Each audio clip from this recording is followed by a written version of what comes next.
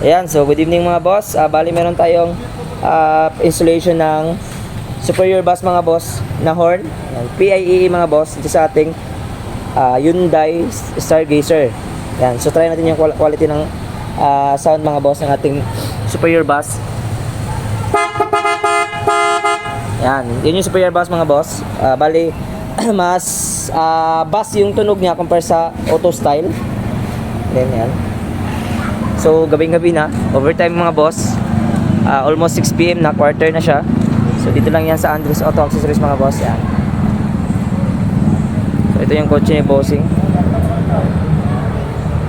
Dito banda mga boss, sa Landmark Shell Station mga boss. Purok Bahada daw or Banali Shell Station mga boss.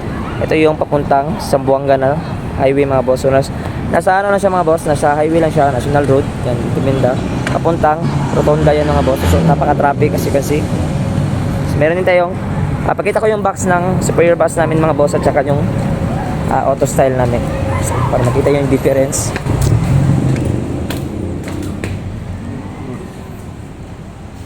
Ito yung auto style mga boss. Yan. Pinakabit ni Bossing is ito, superior bass. Yan. Mas bass yung tunog niya mga boss compare kay auto style.